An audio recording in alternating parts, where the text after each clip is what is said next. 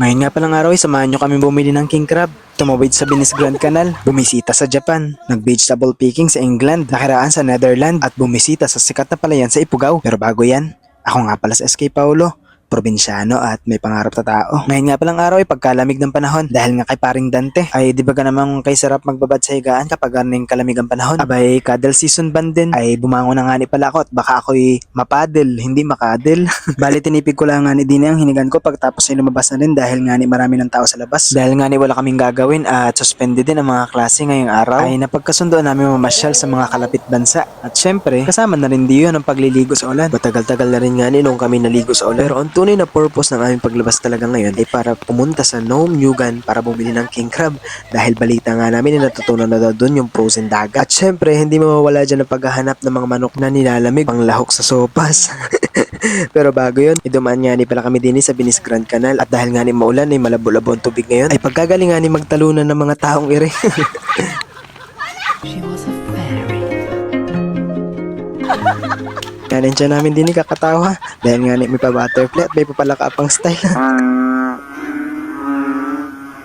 Sushin din nga ni pala ang sumubok. At yun, isa din pala siyang paro-paro. Fairy. Sumunod din nga ni pala sa era. Ay kakapusin kaya? She was a fairy.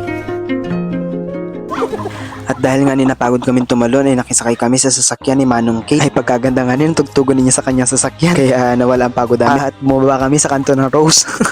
Pagkababa nga namin, nilakad ulit ang ginawa namin. Alam nyo ba, memories bring back talaga. Yung mga panahon na bata pa tayo, tas naliligo tayo sa ulan. Napaka-genuine ang saya. Pero balik tayo sa pagtatravel. Bali, naglakad nga lang kami hanggang makarating kami din sa Santolan Station. Bali, kumuha lamang nga pala kami din sa Santol, sabay umalis na rin. Dahil tatanungin nga namin si Tia Aida kung may huli silang king crab ngayon. Pagkarating nga namin doon, wala daw nga silang king crab. Hindi daw nga sila nakapag-grabbing dahil nga daw natutunan ng frozen dagat. Ayos. Kaya naman napilitan kami sumakay sa isang baboy damo. At dinala nga kami din sa England para mag-vegetable picking. Dahil nga maliliit pang eggplant at hindi pwedeng putihin ay dumakaw kami sa bagong destinasyon. At napagtripan nga namin sumakay din sa Philippine Eagle. Nakaka-practice pa lang ng una niyang paglipad.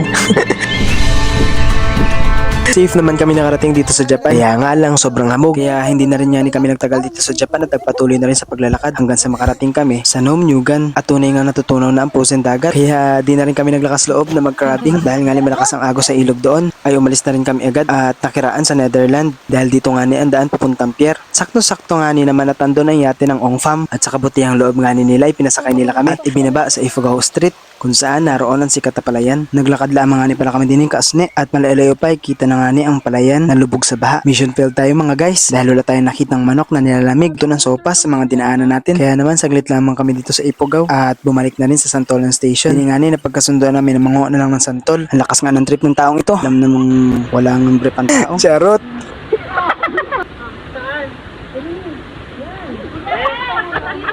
Lapot.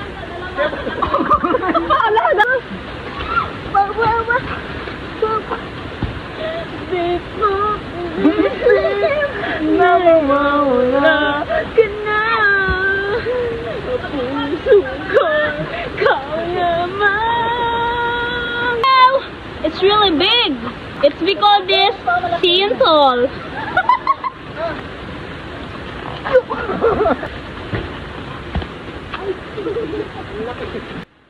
Tapos nga namin makuha lahat ng santol ay bumaba na rin sila. Tingnan nyo naman kung gaano karami nakuha namin. Pero yan ay pagbaba. Pero yan ay baba. Ay, awan. Basta ganun. Charot. Laki na ng mukha ko. Lapit mo. Oh, sakit. Kainin na natin!